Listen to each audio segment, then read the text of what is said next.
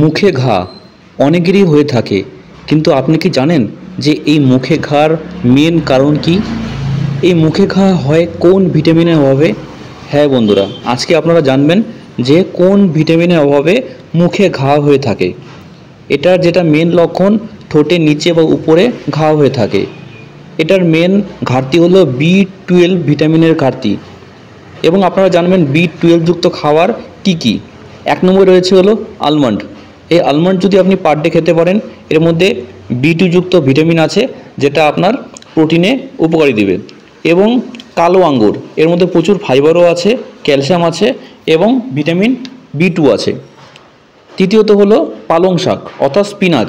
এটিও যদি আপনি খান তাহলেও কিন্তু আপনার ঠোঁটের ঘা তাড়াতাড়ি সেরে যাবে। তারপরে হলো মাশরুম, এর মধ্যেও গুড কোয়ালিটির প্রোটিন আছে, ভেজ প্রোটিন, যারা নিরামিষ তারাও খেতে পারেন, এবং B2 যুক্ত খাবার। তারপরে রয়েছে হলো দই, এর মধ্যে রয়েছে গুড ব্যাকটেরিয়া এবং B2, এবং রয়েছে চিকেনের মধ্যে গুড প্রোটিন আছে, এটাও আপনি ওজন বাড়ানোর জন্য কমানোর জন্য খেতে পারেন, এবং B2 সমৃদ্ধ খাবার। এবং লাস্টে আছে হলো মেটে। হ্যাঁ বন্ধুরা, এই মেটে যদি আপনি খান তাহলে এর মধ্যে প্রচুর পরিমাণে B2 রয়েছে।